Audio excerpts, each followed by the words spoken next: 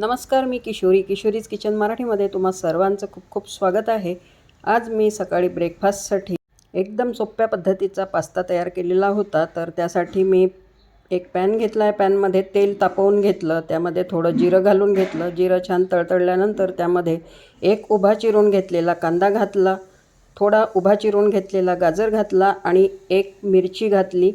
आणि सर्व साहित्य जे आहे ते मी सगळं उभं चिरून घेतलेलं आहे, कारण पेने पास्ता आहे त्यामुळे मी सगळं साहित्य जे आहे ते उभं चिरून घेतलेलं आहे.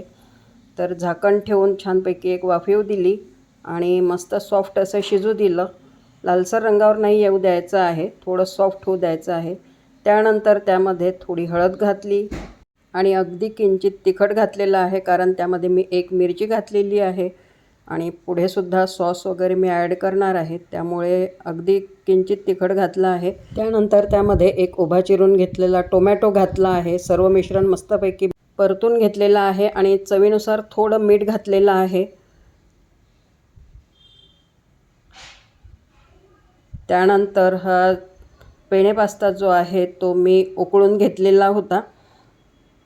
तर जवळजवळ 10 मिनटं मी उकळून घेतला आणि त्यामधलं सगळं पाणी काढून घेतलं आणि थोडं थंड झालेलं आहे.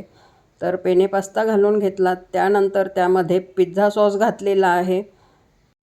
तर पिझ्झा सॉस मी इथे 1 चम्मच घातलेला आहे. त्यानंतर 1 मोठा चम्मच टोमॅटो सॉस घालून घेतला आणि सर्व मिश्रण जे आहे ते मस्तपैकी मिक्स करून घ्यायचं आहे आणि अगदी 2 ते 3 मिनटं छान परतून घ्यायचं आहे. तर एकदम सोप्या पद्धतीचा आणि झटपट तयार होणारा हा पेने पास्ता आहे. तुमच्याकडे जर अजूनही कुठल्या भाज्या अवेलेबल असतील, जसे की पानकोबी आहे, सिमला मिरची आहे, बिन्नसवालाच्या शेंगा असतील, तर त्यासुद्धा तुम्ही अशा उभ्या कट करून ह्यामध्ये घालू शकता.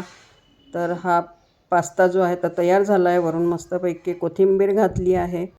लहान मुलांना तर आवडतोच, पण मोठ्यांनासुद्धा खूप आवडेल असा हा पेने पास्ता आहे. रेसिपी आवडली असेल तर लाईक, शेअर, सबस्क्राईब करा. पुन्हा भेटूयात अशा छानशा रेसिपीसोबत. मस्त खास करा. धन्यवाद.